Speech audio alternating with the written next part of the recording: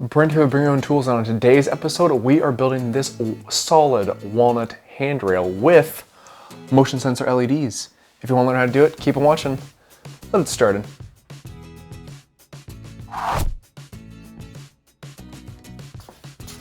Okay, so I basically bought the biggest piece of 2x2 that I could possibly actually purchase, which is 12 feet long. Unfortunately, it's not long enough for this span, which is why we now need to actually increase it with another board using a halving joint, or halving, I don't know, it's spelled this way, I don't know how to pronounce it, but that's what we're going to be doing right now. Let's get to it. There's a number of different ways you can actually create a halving joint. You can use a table saw, you can use a router. I personally find that the chop saw, especially if you have this type of chop saw, is one of the easiest ways to go about it. I first start out by figuring out the dead center point of the board, and if you didn't know already, there's actually a device on the side of my chop saw where you can actually set the depth that you personally want in order to cut the perfect depth between both boards you're going to be gluing together. Now make thin even passes all the way across, and you can just cut all of this off with your saw. However, I find it easy where I can just make them a 1/16 or an 1/8 inch thick and then just break them off with my fingers. Now the tricky part is actually getting this whole area fully smoothed out completely, because you need it perfectly smooth in order to get a good even bond when applying your glue. Now the nice thing about the saw is that I can actually just pull the board one direction and let the saw take care of smoothing out the entire area. Now your joint's never going to look perfect with just a saw, but all you have to do is take a rigid sanding block with 100 grit sandpaper and sand off the remainder. That way you can easily clean up that joint and it's time for gluing.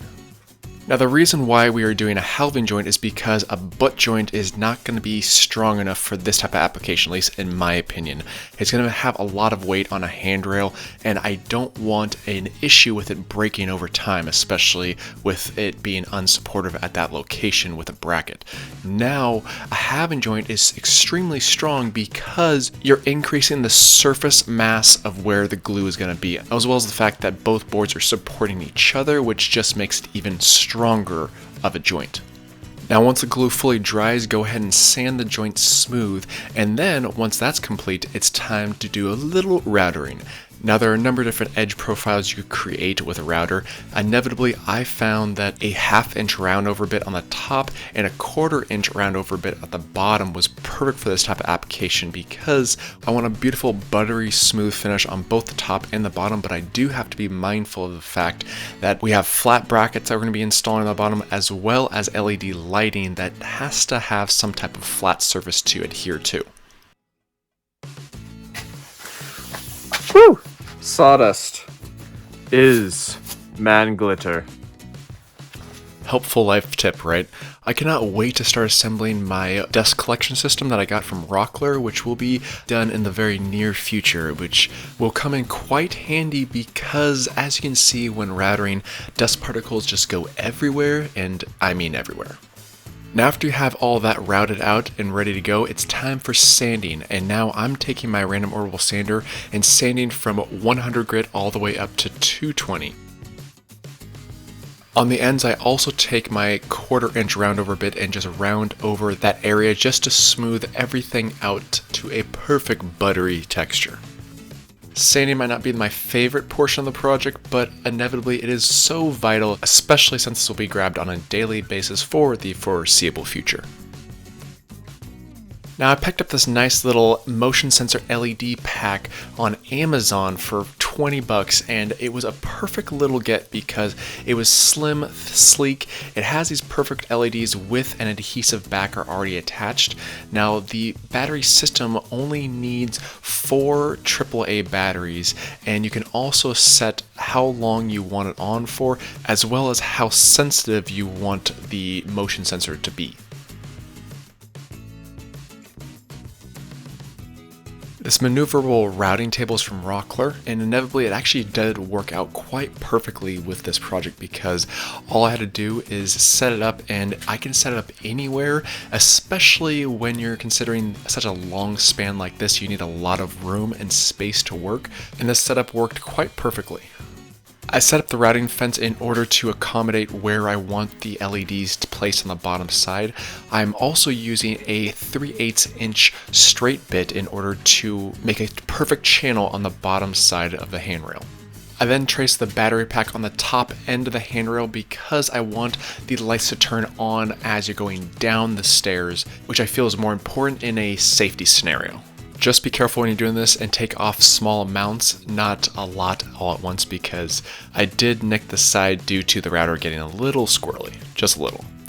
Now after all the routing is complete, I then go back and actually take 220 grit sandpaper and using just my hands to sand over all the edges. I do this as a final step because I feel like you can get a perfectly smooth finish with your hands a little bit more than the sander itself, especially on these odd angles. After all the sanding is complete, I then take some mineral spirits and some lint-free cloths and just wipe down the entire surface as much as possible. After you let it dry, I then take a cheesecloth or a tack cloth and just remove all the remaining dust and debris that the mineral spirits left behind, and trust me, there will be some extras. Now also note that I do leave links in the description box below on where to actually purchase any of the tools or materials seen on this channel, which always help the channel. So if you are interested, please click those links below. Thank you. And if you don't know, this is one of my all-time favorite finishes, this Armasil satin finish, which is an oil and urethane mixture, which gives you basically the beauty of an oil but the protection of a urethane. So, best of both worlds. Let's do it. Now use a foam brush to apply the product to the entire surface, and generally I suggest adding it to the bottom of the railing and then flipping it over and adding it to the top. This way you know for sure that you have a perfect finish on the top portion, which will actually be seen.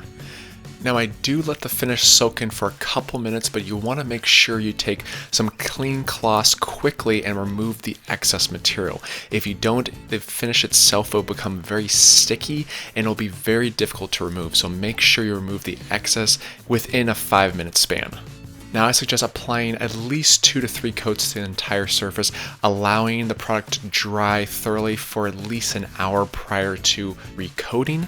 And then once you apply your final coat, I then take this buffing pad and buff the surface down vigorously, and I do mean a little vigorously, making sure that you have all those nibs completely removed from the entire surface.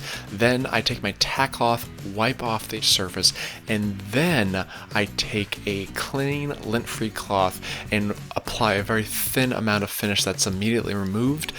Let it dry. Once it's dry, guess what? It's time for LEDs.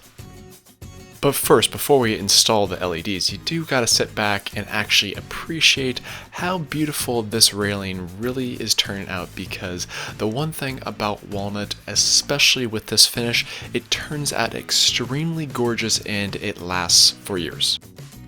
I apply some Velcro with double-sided sticky tape to the back side of the control module. That way I'm able to remove it as well as install new batteries when they actually do eventually run out, and then adhere the LEDs to the back side of the channel. Now check out our beautiful downstairs walkway with no handrail. Yeah, I took it off years ago, and now that I have a pregnant wife, you gotta add some protection when you're going down the stairs. So we are actually now gonna be assembling the bracket portion of this project. A key portion when actually installing brackets is making sure you're hitting proper studs, which is why I have this nice little stud finder, and I'm going through the entire stairwell in order to make sure I know exactly where each stud is, and that way I can space the brackets as evenly as possible while still hitting studs. Now the handrail height should be approximately 34 to 36 inches up from the top of the stairwell. Now I'm placing the bottom of the handrail at 34 inches exactly, and then from there I am able to take my level and account exactly where the edge of the stair lip is. I do the same thing to the very last step, and then I actually drill a screw into the top point and snap a string line in order to get an even mark all the way down.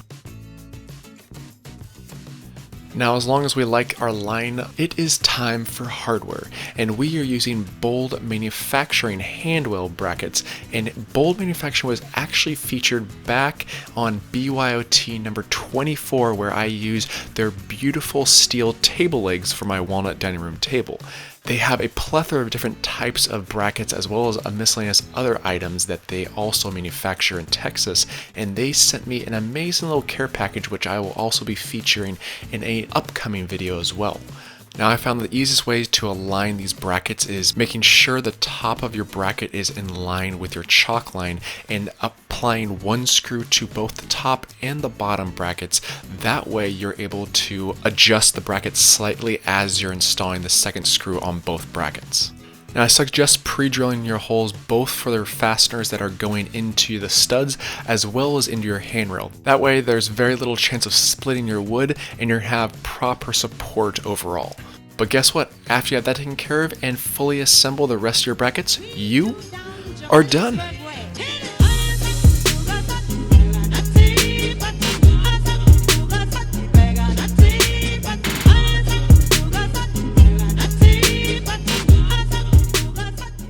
This is a project that truly came together between the beauty of the walnut as well as the structurability of the brackets and the safety of the LEDs. This is something that I'm truly proud to have in my own home, and that's what I call one beautiful, sexy beast.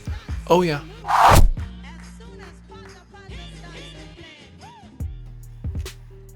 Sometimes I really do wish I had more than two hands. Thank goodness for Goof Off.